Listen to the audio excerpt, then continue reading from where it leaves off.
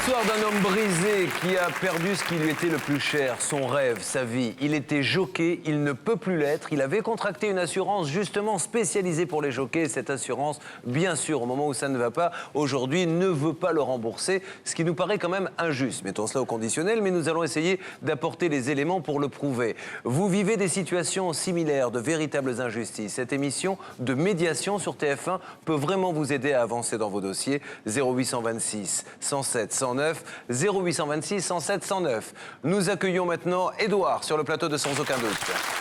Édouard ne vivait que pour le cheval. Malheureusement, un tragique accident en course l'a privé non seulement de sa passion, mais aussi de son métier. Que tout se soit arrêté comme ça du jour au lendemain et que derrière on me dise comme ça, non, on va pas en gros vous aider à tourner la page et à recommencer, c'est dur, c'est très très dur. Aujourd'hui, Édouard est un jockey sans licence. Il ne peut plus monter et son assurance, s'appuyant sur le rapport de son médecin expert, ne veut pas l'indemniser. Qui vous paie pour faire cette expertise? Est-ce l'assurance ou non? Parce que vous avez semblé dire que non. Mais évidemment, monsieur, que Bon, c'est l'assurance. ah bah voilà, c'est tout. Donc ne dites pas à cette dame que c'est pas vrai, que vous n'êtes pas payé par l'assurance. Édouard est un homme brisé et pour sans aucun doute, c'est une nouvelle affaire qui commence tout de suite. Bonsoir Édouard. Bonsoir madame. Bonsoir. Ravi d'être avec vous sur le plateau de Sans aucun doute. Qu'attendez-vous Édouard de cette émission? J'attends tout simplement en fait que la loi soit exécutée auprès de mon assurance, tout comme l'avait fait la mutuelle, me considérer comme un accidenté du travail. Le reportage va bien expliquer à nos téléspectateurs votre mésaventure. Vous êtes jockey, un accident, vous ne pouvez plus du tout être jockey maintenant. Et au-delà de cette indemnisation que vous pouvez attendre de la part de l'assurance, et nous verrons pourquoi l'assurance vous la refuse, quelque part c'est aussi votre vie là qu'on vous a volé. Depuis tout petit, cette passion, elle est née, vous aviez quel âge? C'était beaucoup plus qu'un métier, c'était quand même une passion. Depuis, ça faisait partie de mon quotidien, le monter à cheval, et puis j'en ai fait par la suite mon métier, donc c'était vraiment une passion. Comment votre fils, psychologiquement, a-t-il pu surmonter, le fait qu'on lui annonce un jour tout ce que tu as fait pour être jockey? Tu l'es devenu d'ailleurs, parce que c'est pas un métier qui est quand même... Il y a beaucoup, je suppose, de demandes pour peu d'élus, et maintenant que tu ne peux plus l'être, en plus, on ne va pas t'indemniser. Sa vie s'est écroulée parce que du jour au lendemain, pas le lendemain de l'accident, parce que là, il pensait encore que son bras allait se remettre et qu'il allait pouvoir monter. Mais quand il a appris qu'il était invalide à 13%, ce qui est énorme, parce que quand on monte un cheval de course, il vaut mieux avoir ses deux bras valides, même à 150%. Donc, quand il a appris ça, il s'est refermé sur lui-même. Il est revenu habiter à la maison chez moi, il ne sortait plus, il n'a plus vu ses copains. J'ai eu très peur qu'il ne sombre dans la dépression nerveuse. Franchement, j'ai eu très peur.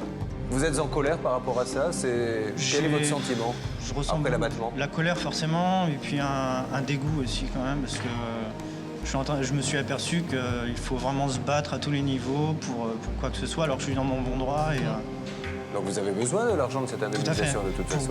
Pour pouvoir rebondir et repartir à zéro, j'en ai fortement besoin. Voici l'enquête maintenant, elle est signée Timothée Vienne.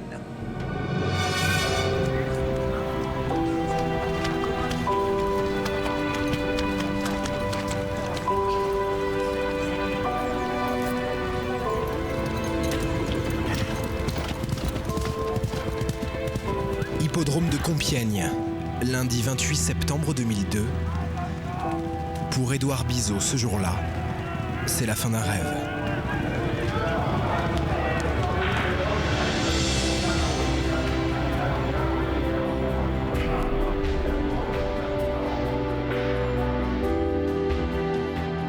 Le cheval, il a glissé seul. On a l'impression que tout avance au ralenti, on voit le cheval tomber. Et nous, on est là, on peut rien faire. Moi, je pense que c'est de la malchance pure. Les séquelles qu'il a présentées étaient ennuyeuses au niveau de la reprise de son activité professionnelle. Un beau jour, on me dit comme ça, ce sera plus possible, vous ne pouvez plus monter. La seule expression qu'on peut avoir, c'est les larmes. Le jour où vous arrive quelque chose, vous vous retrouvez tout seul et personne pour vous aider, pour vous tendre la main. Le comportement des assurances, on le connaît. Aujourd'hui c'est moi, demain ce sera quelqu'un d'autre. C'est affreux. Il ne faut pas avoir affaire à ces gens-là, honnêtement. Devenir jockey, c'était son rêve de gosse. Un rêve qu'Édouard caresse dès l'âge de 6 ans, à l'époque où il monte son premier poney. Très tôt, le garçon semble préférer l'odeur des écuries à celle des salles de classe. Le haras devient sa seconde maison. J'étais vraiment, tous les jours là-bas, après les cours, je fonçais, au lieu de faire mes devoirs, je fonçais au Poney Club pour les voir, les nourrir. Enfin, c'était vraiment quelque chose qui me passionnait plus que tout. Et leur donner à manger, être présent, être là avec eux tout le temps, c'était vraiment une passion.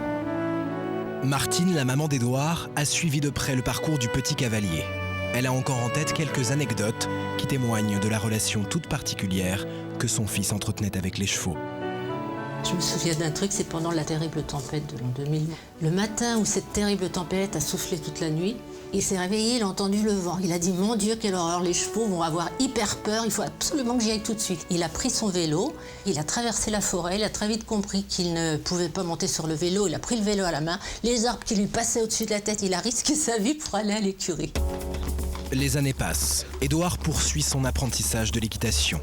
À l'âge de 14 ans, il quitte le collège et rejoint la FASEC, la prestigieuse école des courses hippiques située à Chantilly, pour y apprendre le métier de jockey. Cette institution a formé les plus grands. À l'époque, les moniteurs d'Édouard voient en lui un futur champion. C'est un élève qui était, à nous, à l'écurie d'application, appliqué au travail. Et ce sont certainement ces qualités qui ont dû amener son maître d'apprentissage à prendre sa licence.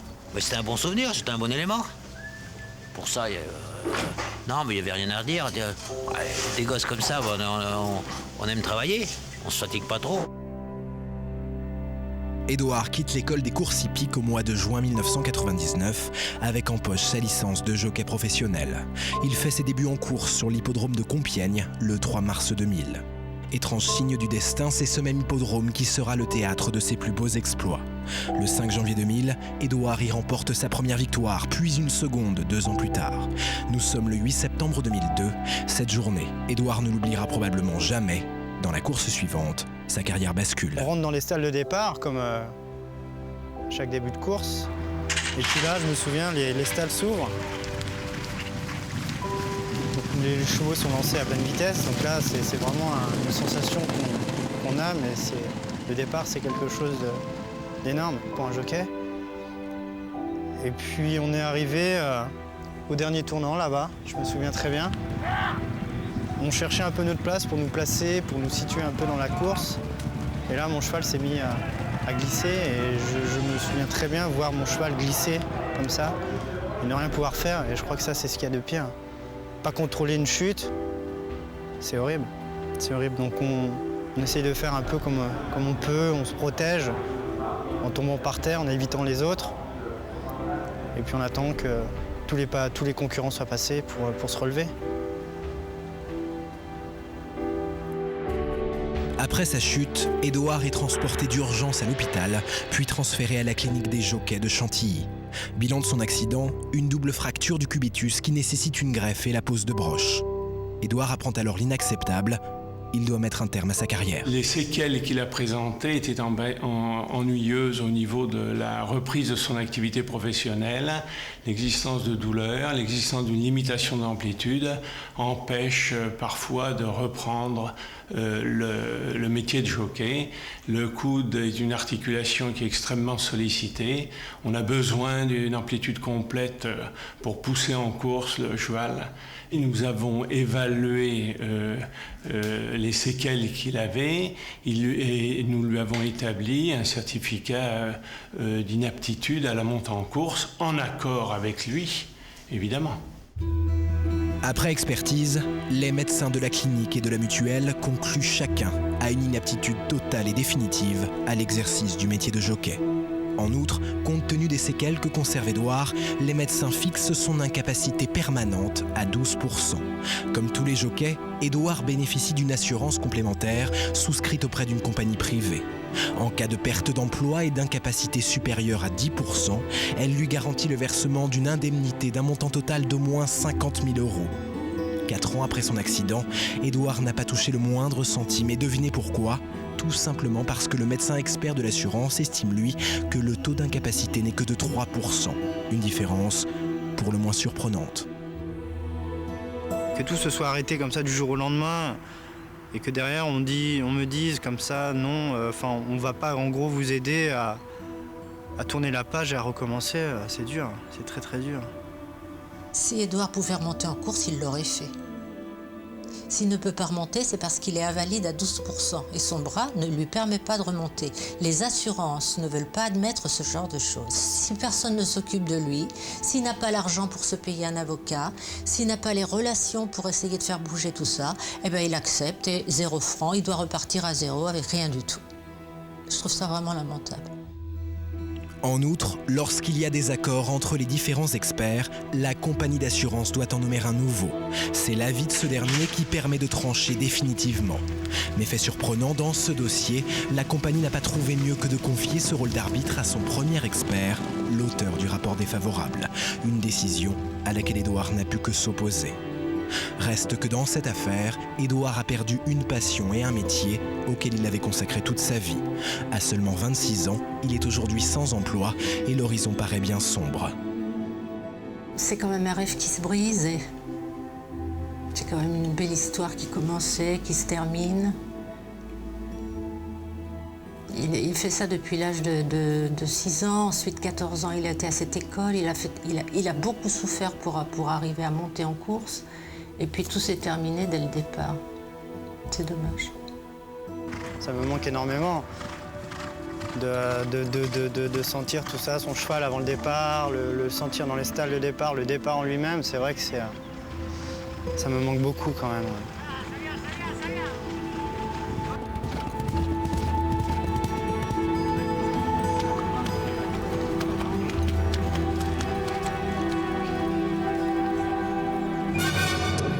L'enquête est signée Timothée Vienne pour cette émission, sans aucun doute. C'est vrai qu'il y a 2 aspects. L'aspect injuste, mais ça, on le sait aussi quand on démarre une carrière comme ça, que c'est quand même un métier, entre guillemets, à risque. Mais ce qui est encore plus injuste, c'est de se dire que aujourd'hui, plus personne ne fait rien pour vous parce que vous vivez avec combien par an? Vous avez une indemnité de combien? 300 € par mois. Voilà. Pas tous les 3 mois, pardon. Par trimestre. Par trimestre. 100 € Donc effectivement, avec ça, on ne peut pas s'en sortir, surtout quand on n'a pas forcément été formé à faire un autre boulot. Alors aujourd'hui, en fait, qu'est-ce que vous ne pouvez plus vraiment bouger votre bras? Qu'est-ce qui vous empêche vraiment d'être... Disons que dans la vie actuelle, dans la vie courante de tous les jours, bon, je m'y fais, ça me dérange pas, mais lorsque je dois porter quelque chose, un sac ou soulever quelque chose de lourd, je peux pas tout simplement parce que ça me fait mal. J'ai les changements climatiques aussi qui jouent beaucoup sur la douleur. J'ai monter à cheval aussi, c'est impossible. Et on en revient, et là je vais me tourner vers le docteur Courtois, au côté un petit peu aberrant de cette situation, c'est qu'effectivement on juge cet homme comme s'il faisait un métier que nous pourrions tous faire. Donc on dit à partir de là, c'est vrai qu'il peut demain être facteur, boulanger éventuellement, mais il avait pris une assurance spéciale jockey et il ne peut plus être jockey. Là, il y a deux problèmes en même temps. Le premier, c'est que c'est une assurance où il y avait un taux minimum d'IPP, d'incapacité permanente partielle. Donc il faut bien le savoir, quelle que soit l'assurance que vous prenez, assurance risque de la vie par exemple, on vous dit taux d'IPP 10%. Ça veut dire que si un médecin expert n'évalue pas votre taux à 10%, l'assurance ne marche pas. Donc le fait qu'on ne reconnaisse pas que vous ne montiez plus à cheval et que vous avez perdu votre métier, c'est parce que vous n'avez pas 10% d'IPP. Par contre, le deuxième point, c'est l'expert qui vous a examiné. Et je vais le dire avec délicatesse, c'est qu'en fin de compte, cet expert est intervenu pour la compagnie d'assurance. Et il n'a pas pris en compte les réductions de mouvement de votre coude, la diminution de la force de préhension, vous ne pouvez plus soulever, qui effectivement, dans ce cas précis, est important dans le calcul de l'IPP. Et c'est vrai que les deux autres médecins experts qui vous ont vu sont arrivés à 12%. Et comme par hasard, le seul qui était important, c'est celui de l'assurance qui allait déclencher l'indemnisation. Il trouve que 3%, ça suffit largement. Et alors, deuxième aberration dans ce dossier, c'est que ce monsieur a le droit, comme tous ceux qui nous regardent, à une contre-expertise. Et celui qui a dit il n'a que 3%, est désigné pour faire la contre-expertise. Comme s'il allait dire du jour au lendemain, non finalement c'est plus 3, c'est 15. Il n'y a aucune chance qu'ils disent qu'il... Je crois qu'il y a un problème, parce que quand on demande un arbitrage, on vous propose 3 noms de médecins, et c'est vous qui choisissez. Et le médecin que vous avez destitué, si je puis dire, va assister à cette expertise en défendant sa partie. Et puis, il y a le médecin qui a été choisi en arbitrage et vous. Mais en aucune façon, celui qui a déjà fait la première expertise peut faire l'arbitrage de lui-même. Ça me paraît évident. Alors, nous allons tout de suite commencer à donner les premiers coups de fil et nous tourner déjà vers l'assurance en leur demandant ce qui se passe dans ce dossier et en leur demandant, voilà, si je suis jockey demain, que je m'assure chez vous en prenant votre assurance spéciale jockey, que l'on m'annonce que je ne pourrai plus jamais remonter sur un cheval et que vous me dites on ne vous rembourse pas, quel est l'intérêt de prendre une assurance chez vous? C'est ce que nous allons leur demander. La régie fait maintenant le numéro. Nous sommes pour le moment baladés de service en service et nous perdons du temps. Nous invitons donc Édouard et sa mère à rejoindre les coulisses. Des informations de la part de l'assurance nous sont parvenues. Nous faisons le point avec nos témoins. On a eu la secrétaire de l'assurance qui nous a orientés vers le service de communication et de relations presse.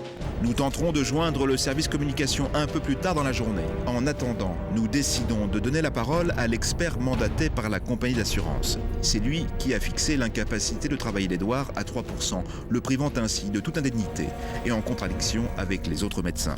Pourquoi? C'est ce que nous voulons savoir. Moi, j'ai une question à vous poser, docteur. Est-ce que vous pensez, en votre âme et conscience, que ce monsieur peut continuer à faire son métier de jockey? Alors là, c'est totalement une autre question.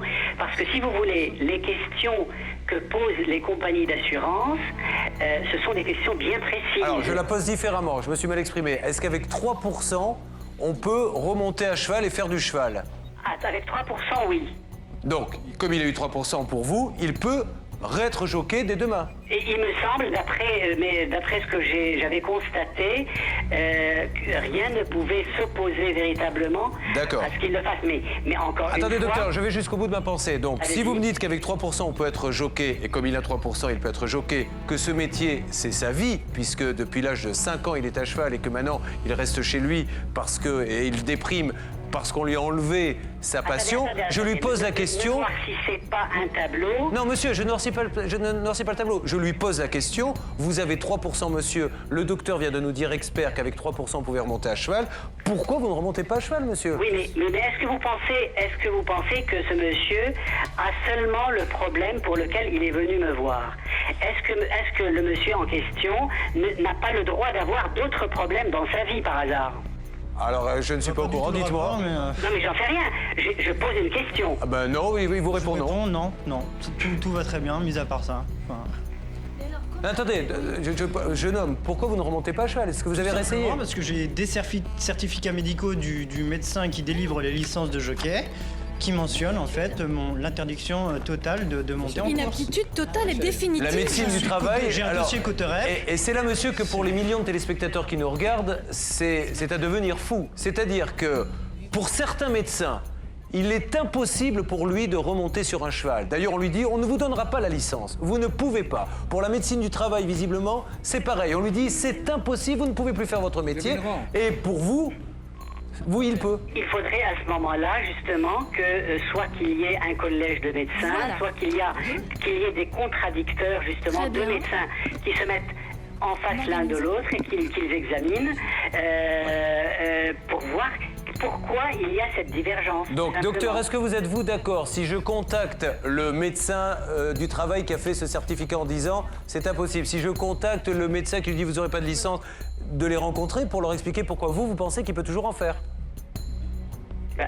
Moi, je ne peux pas me prononcer à la place de mes confrères. Non, pour que vous leur expliquiez pourquoi pour vous, il peut en faire, alors qu'eux disent qu'il ne peut pas en faire. Mais, monsieur Courbet, puisqu'il y a eu un rapport d'expertise qui a été fait, il n'y a pas besoin de lui expliquer. Il peut lire ce que j'ai noté et il comprendra pourquoi ça a été marqué de la sorte. Justement, il y a de gros problèmes dans ce que vous avez marqué. Vous marquez que j'ai 23 cm et demi aux deux bras. Donc en gros, mes bras sont égaux. Si je me mets torse nu devant vous et que je vous montre la longueur de mes bras, il y en a un plus court que l'autre. Je ne sais pas si c'est très bien. Donc expliquez-moi comment vous pouvez trouver la même mensuration pour les deux bras.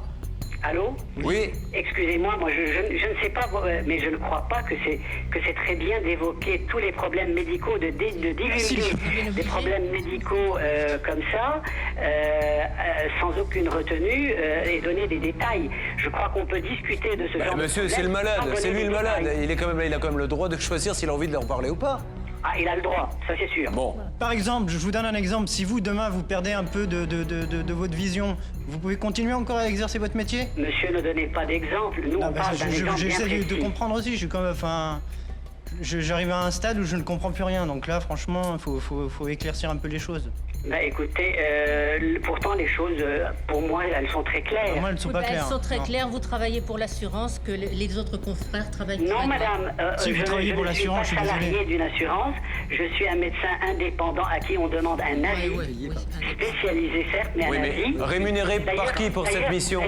D'ailleurs, la compagnie peut accepter ou ne pas accepter mon avis. Bien sûr, mais docteur, simplement, quand on est sur la rémunération, vous l'avez faite bénévolement, cette expertise? Et vous, monsieur... Moi, je suis payé par TF1. Moi, je suis payé par TF1 et bien payé, même si vous voulez qu'on aille sur ce terrain-là, puisque visiblement, c'est ce que vous allez dire, même très bien payé. Beaucoup mieux payé que tous ceux qui sont à 2 km à la ronde, on est d'accord là-dessus. Maintenant, monsieur, je vous pose la question, qui vous paie pour faire cette expertise? Est-ce l'assurance ou non? Parce que vous avez semblé dire que non. Mais évidemment, monsieur, que Bon, c'est l'assurance. ben voilà, c'est tout. Donc ne dites pas à cette dame que c'est pas vrai, que vous n'êtes pas payé par l'assurance. Maître Novakovic. Simplement, je voulais vous faire une observation. Est-ce que vous n'accepteriez pas, en fait, parce que je pense qu'il y a eu une erreur, parce que c'est vrai que vous faites de nombreux rapports, je vous connais, je sais que vous êtes assez débordé, parce que manifestement, dans le rappel des faits, vous précisez bien qu'il n'a pas été rapporté d'autres antécédents médicaux, chirurgicaux ou traumatiques susceptibles d'interférer avec les conséquences de l'accident en cause. Vous précisez également qu'il était célibataire, qu'il exerçait la profession de jockey de 98 jusqu'à son accident de septembre 2002. Donc là-dessus, vous reconnaissez qu'il y a une IPP qui est bien supérieure à 3%. Donc je pense qu'il y a une erreur, une petite erreur là-dedans. Est-ce que vous accepteriez de revoir votre expertise, de faire un complément d'expertise en compagnie, par exemple, de Dr Courtois ou d'un autre médecin? Mais, maître, puisque je le disais tout à l'heure, il était prévu une expertise contradictoire. Oui, donc vous acceptez de revoir les choses. Et il faut que l'assurance, on va demander Ah ben ça, je vous remercie. Parce que si vous acceptez de revoir les choses, si vous voulez, ça changera tout pour monsieur bien sûr, mais et votre assurance. Bon, donc bon, voilà. Nous, on voulait simplement, docteur, que vous puissiez nous expliquer un petit peu ce qui a motivé vos choix. Mais voilà, nous comprenons bien. Mais encore une fois, et vous n'y êtes pour rien, docteur. Ne prenez pas ça pour une attaque vous concernant. Je parle de toutes les expertises en règle générale. Ce qui est, si vous voulez, frustrant pour le téléspectateur et incompréhensible à ses yeux, et pour le novice que je suis en matière d'assurance également, c'est de se dire que la vie de ce jeune homme tient peu de choses. On lui dit, tu ne peux pas remonter sur un cheval. La fédération lui dit, c'est pas possible. Au vu de ce que vous avez à votre preuve, on ne peut pas vous donner de licence. La médecine du travail le dit également, invalidité pour faire son boulot. Et vous dites, si, il peut. Et voilà, comme vous êtes tous médecins, voilà, le français s'y perd complètement et ne sait plus à quel sein se vouer. Exactement. Merci beaucoup, docteur. On vous souhaite une bonne journée et pardon encore de vous avoir dérangé. Mais je vous en prie. Merci, au revoir. Au revoir, monsieur.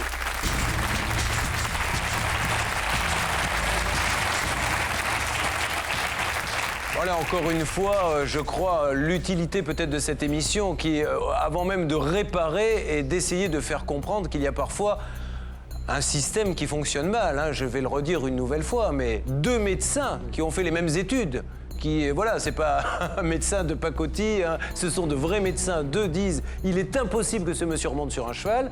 Et le 3e, qui malheureusement a le plus de pouvoir, lui dit, si, il peut. Alors, comment fait-on après, quoi? Je me mets à la place des gens qui vivent cette situation. C'est à devenir fou. Quelques jours après notre enregistrement, l'assurance d'Edouard nous a finalement répondu qu'elle ne souhaitait pas communiquer sur cette affaire. Elle souhaite en revanche attendre les résultats de la nouvelle expertise.